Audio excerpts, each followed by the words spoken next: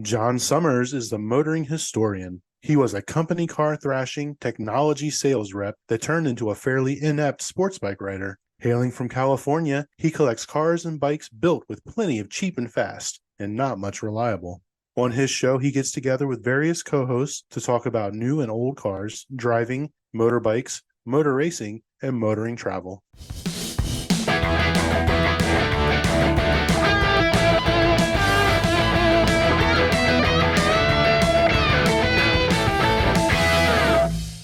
Good day, good morning, good afternoon. It is Jon Summers, the motoring historian. I am fresh off the plane. Well, last night from Florida and my visit to Mecum Kissimmee 2026 and the witnessing of the hammering of the Bianco Speciale, as people like to call it, or as you and I might think of it, that white Ferrari GTO that John Coombs owned. I think it should be called the Coombs car, personally. But yeah, so look, the big news, 38 million. The AI told me apparently that was a, quote, slightly disappointing result. I wondered for who. The backdrop here is that 35 was perceived as the floor based on previous values of cars, and 75 was perceived as, that's kind of the top price. It's thought that the WeatherTech guy paid for that lovely silver one that apparently, I learned this weekend, won the Tour de France. So this being an unrestored car, this being a car driven by Salvadori and Hill, this coming in the wake of the Uhlenhaut Coupe doing 140 or 100 and whatever, 132, 140, either way, double what Dave McDaniel paid for the silver GTO. The feeling was that, maybe we could see 100. And in fact, in conversation with a Mecum employee, it seemed to us that perhaps they were thinking it might get there. So hence this 38 being a little disappointing. It was clear nothing was happening when you were in the auction hall. It was like fucking crickets. And jumping ahead a little bit, but sort of cutting to the chase, it might almost seem like the guard's changing. I'm going to include a link to a film called Safety Fast, and it was made in 1965. It was filmed at a circuit that the Coombs GTO raced at, probably won a race at. And it really shows us how long ago 1963 or 1965 really were. The past is a different country, ladies and gents, and they really do things differently there. And you're listening to this at some point after January 2026. That GTO is not getting any younger. It is as old hat as Bill and John and their nice shirts and ties and no speed limit on Britain's motorways, if you can believe it. There's a shot in the movie of Aston Martin DB4 doing a $120, and this is about road safety. The world was a different place then. The world of people who feel like post-war sports racing cars are the peak. That may be passing. And I say that because watching other Ferraris cross the block earlier, record prices were set for turn of the century cars and later, cars that are 20 years old, not cars that are nearly 60 years old. So what Mecum had was not just the white GTO, but also a complete estate sale of what was called the Bachman Family Collection. I guess this year at Mecum, they did a ton of different collections, basically old coupes who'd passed, and, you've got the whole of their thing to be sold. And in a sense, it forms a wonderful tribute. And on the face of it, you might feel like, well, wouldn't the family want to keep these things that had been so valuable to the people who collected them? But the reality is 40 super low mile Ferraris, this is a massive task to maintain.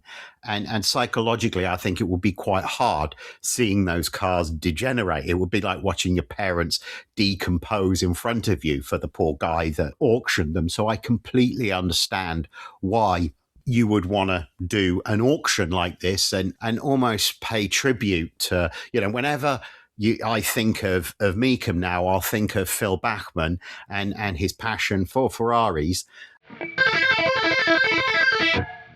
And then just a word on Bachman himself, right? It's all about low mile cars for him. When people used to say to him, "Oh, why don't you drive the cars, Phil?" He used to be like, "You enjoy your Ferrari your way and I'll enjoy mine my way." And I got to say, I was thinking, meh, I'm a driver, aren't I? You know, and I'd been saying to people before, I'm pleased that there's people like Phil out there, because if everyone was like me, everything would have the shit driven out of and be covered in stone chips and curb wheels and all of that kind of thing. And where would we be then for preserving for posterity? So I was pleased that there were low mile folk like Phil around. But all the time I'm thinking, how can you have these Ferraris and not drive them? I'll tell you how. He was winning karting championships before he ever started buying Ferraris. The Ferraris just came along later. He had a wife who was a lot younger than him, and she enjoyed Ferraris and that scene as well. So I totally get what he was doing and where he was going. So for me, Phil has a great deal of credibility because he did the racy thing when he was younger. And this whole Ferrari thing was something that he did later in life. And he brought a real focus to that. What was really special about what he did was he built a great relationship with basically the special order team at Ferrari. And traditionally, it's a total asshole to get a special order at Ferrari. I mean, one of the things about the white car was that people were like, how did it get to be white? Must have been because old man Ferrari respected John Coombs and took his order. Traditionally, it was hard to get special order stuff. Talking with people who know way more about the Ferrari market now, William Ross, David Nyans, these guys feel like it really is remarkable that the Bachmans established the kind of relationship that they did with Ferrari. They must have spent a whole shit ton of money to get it done that way. But more than that, they became part of the way that Ferrari was doing business. And thanks to the way that Mecum marketed and sold these cars, I think it's very clear that when you see a yellow Ferrari, you're probably going to think of Phil Bachman, because that's what he did. He did everything in yellow. And there's pictures of him wearing like yellow shirts and that kind of stuff. Now, what that did lead to was some really, really weird color combinations. I mean, there is one car particularly that's yellow with lime green kind of pinstriping and a lime green accents on the interior, yellow Ferrari prancing horses. I mean, it kind of hurts the eye just to talk about it, right? And later in the auction, I watched a black and silver version of the same Ferrari roll across the block, and it hammered for half the price. And I don't care about the miles and provenance. If that yellow, it was just too much. Now, on some other cars, it worked really well. But for that particular model, it was kind of too much. Just a word on that yellow. I am partial to yellow. I think a butternut yellow on a muscle car works really well. I think some Ferraris in yellow work really well. Not my favorite in the form of the road cars, the 512. Those in yellow, I don't particularly rate those, but for me, it's more about the car and how it's the individual car and how it sits on the road. And, I don't find the kind of garage queen that Phil Bachman loved, I don't find that as charismatic as something that's been used and driven and enjoyed. So that's why we were there. I'd never been to Mecum in Florida before. My understanding is 4,500 cars were sold. So that is 45 gooding auctions in over a 2-week period. Amusingly, the guys who I went with, the other MPN guys, so David Nyans, Motocopia, William Ross, Ferrari Marketplace, and of course, producer Eric. And thanks to all three of you, by the way, and thanks especially to Eric for being the glue and the energy to drive all this forward, right? What I was struck by was their perspective, because I've watched Mecum auctions on TV, but I watched them go through the kind of shock and horror that I went through at Barrett Jackson in 2006, where the whole and the noise and the whole thing, it's just too much like a Midwestern cattle auction, because of course that's kind of what it is. And this leads us to this other quite interesting conundrum of, are prancing black horses best sold at a Midwestern cattle auction? I mean, the answer's in the pricing, isn't it? Because if they are better sold at Mecum, where do what my wife calls the pass the butter auctions, the ones where there's like an English auctioneer who banters with the audience and there's nothing as vulgar as a to keep some kind of atmosphere in the hall and some kind of intensity and theatre about the process. The theatre is much more subtle if you go to a Gooding or a Bonhams, but the theatre's there nonetheless. Part of it is about talented auctioneers. I don't want to imply that the Midwestern cattle auctioneers are not talented, but nobody sells more muscle than Mecum. Nobody. That was the tagline. And my word, the reason why I've always watched Mecum auctions is because it is university for blue chip muscle. You're going to hear the same things over and over again, but that's okay, because then you really realize what's important. You understand what's a cliche and what isn't. It actually enhances your perspective a lot. And given the intensity of the environment, I've even more respect for Mecum's in-house broadcasting team who are able to do that day after day for 6, 7, 8 hours, because the Bachman Collection took 3 hours to cross the block and we commentated during it. And my word, it was an exhausting experience by the end of it, because you're listening to what's going on. You're thinking about what you're going to say, and you're listening to what the others on the commentary team are saying. So I'll include a link to that Ferrari chat pod. I mean, I enjoyed the commentating experience. I feel like, I enjoyed being Murray Walker. I love Murray Walker, and I enjoyed being the commentator. So Mecum Super Size Me. My God, the sheer scope of it. It's awesome. It's really awesome. I like the PT Barnum. I enjoy Gooding, but I like the PT Barnum. The quality and caliber of muscle that they've got this time. I mean, we watched 4 or 5 Bianco Camaros in different colors go through. We watched 4 or 5 Mach 1 and Boss 302 Mustangs go through. We watched different colors. You could have had your pick on 340 6-pack TA Challengers and Cudas. After a bit, it's a bit numbing, because the final Saturday of the Mecum auction, you're not just watching cars hammer for $100,000 all day long. They're doing. We watched a custom Buick Riviera hammer for $363,000, and I didn't look closely at it, but if you could use it like a modern car, so much more stylish than some ridiculous hypercar. What would I take to the country club when I win the lottery? That Riviera, that might well have been my thing. So before I talk about the Bachman cars a little more, I'm going to just highlight my 3 favorite vehicles of the event. 1, Miss America 8. This is the Garwood hot rod boat that showed England what for. When England was winning on the land, Garwood single-handedly was winning on the water.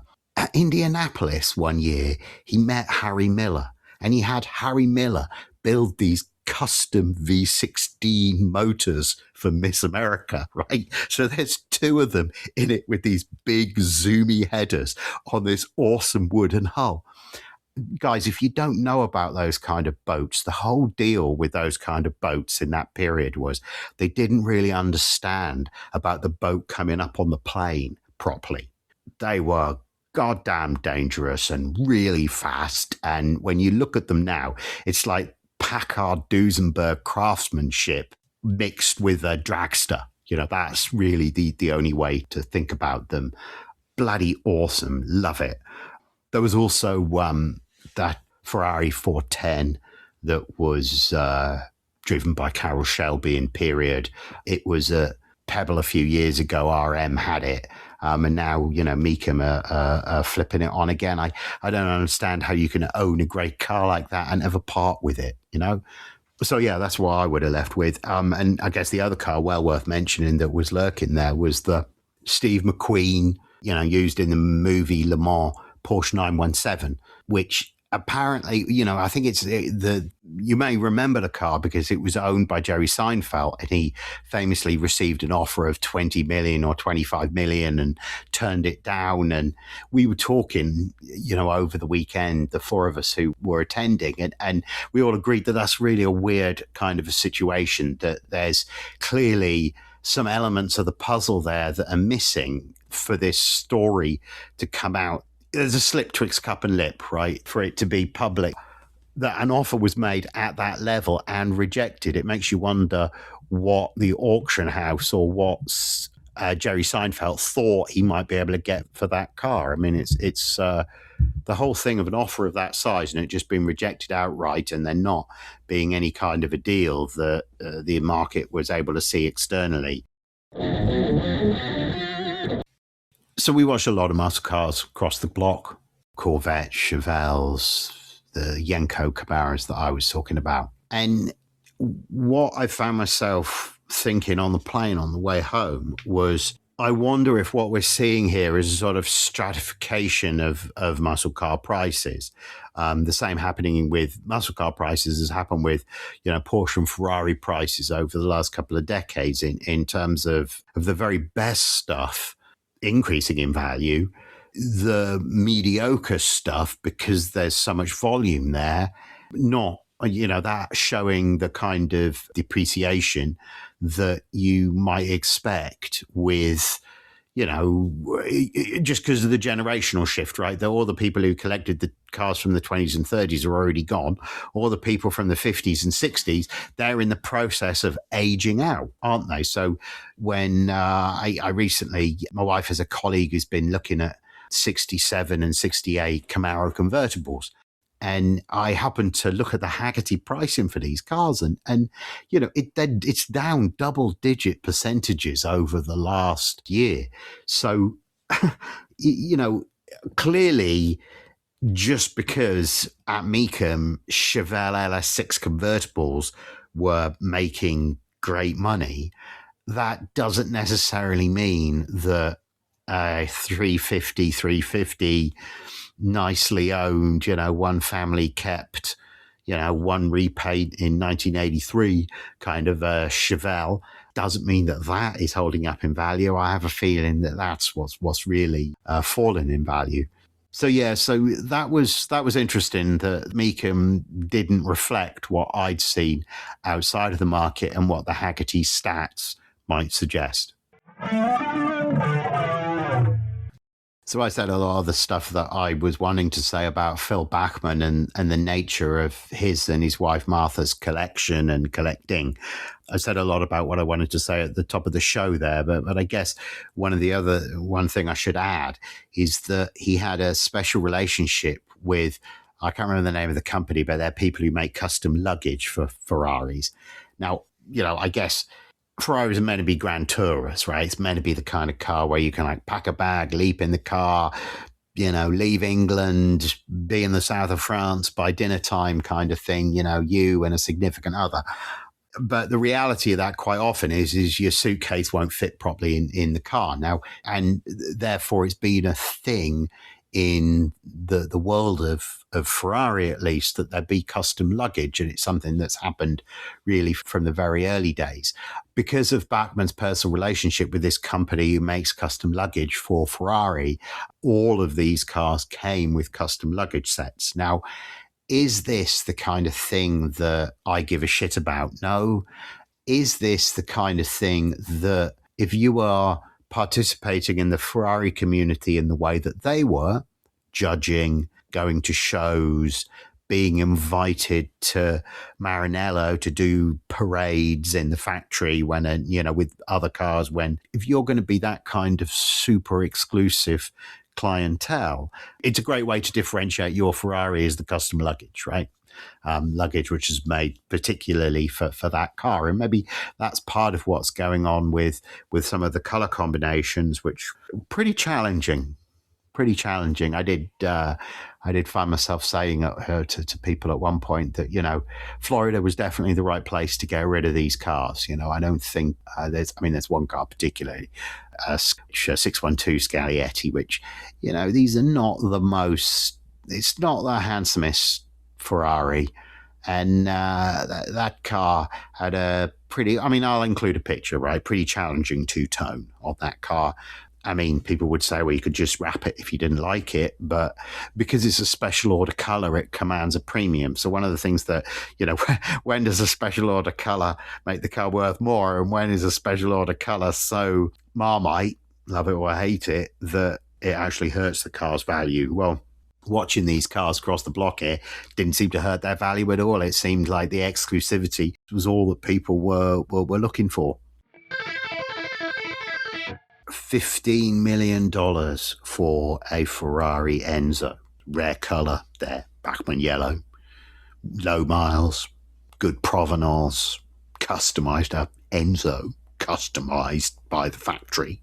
Lot of things that would make this car at the very tippity top, and if you were going to show with it now, likely to win against any other Enzo. $15 million. I mean, I don't know what the previous record was for an Enzo.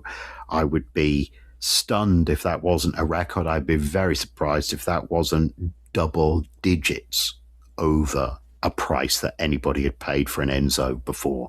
There was clearly a bit of territorial pissing going on there seemed to be a phone bidder and somebody in the room, and there was a lot of atmosphere in the room as well. So and if you're a billionaire, not a millionaire, spending 10 million more than you really had in mind to spend, maybe that's something that you could be goaded into quite easily if you'd had a beer too many. I don't know, but it was very noticeable that afterwards FXX came up, which my understanding is this is like a track Evo of the Enzo, and that only made 6 million. I'm going to say that again, only made 6 million.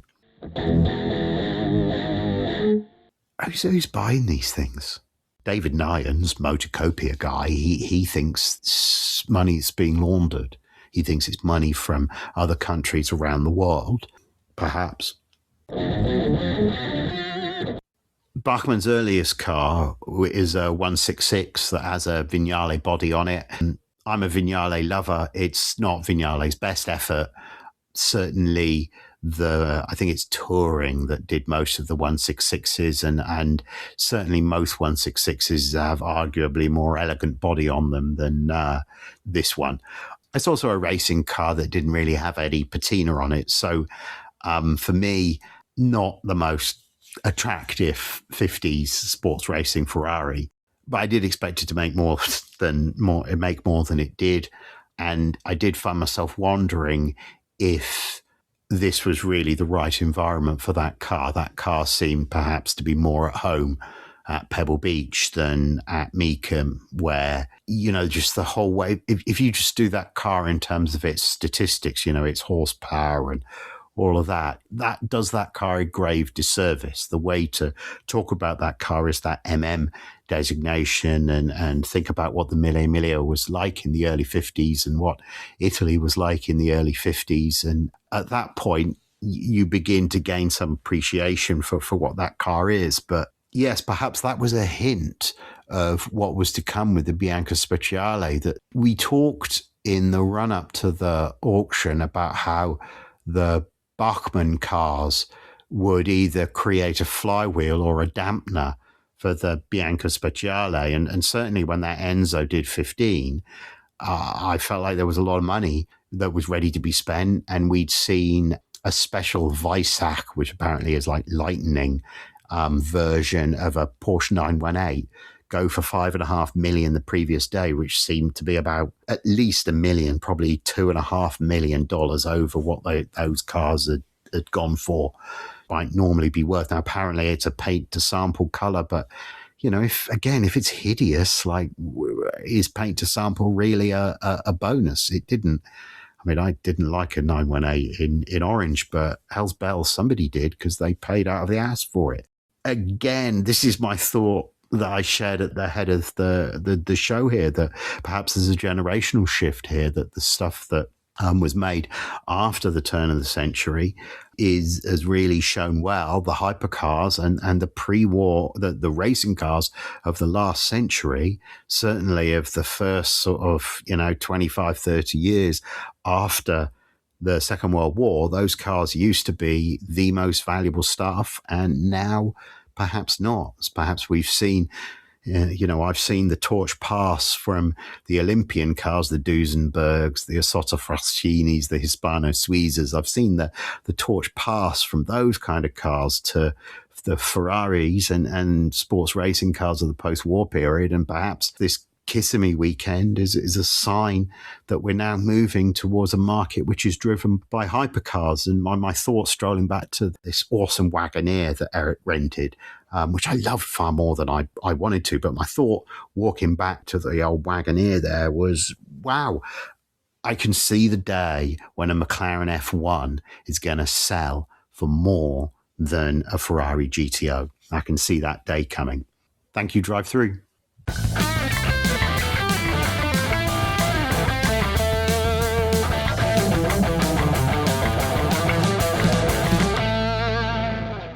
This episode has been brought to you by Grand Touring Motorsports as part of our Motoring Podcast Network. For more episodes like this, tune in each week for more exciting and educational content from organizations like the Exotic Car Marketplace, the Motoring Historian, Break Fix, and many others. If you'd like to support Grand Touring Motorsports and the Motoring Podcast Network, sign up for one of our many sponsorship tiers at www.patreon.com/GT Motorsports. Please note that the content, opinions, and materials presented and expressed in this episode are those of its creator, and this episode has been published with their consent. If you have any inquiries about this program, please contact the creators of this episode via email or social media as mentioned in the episode.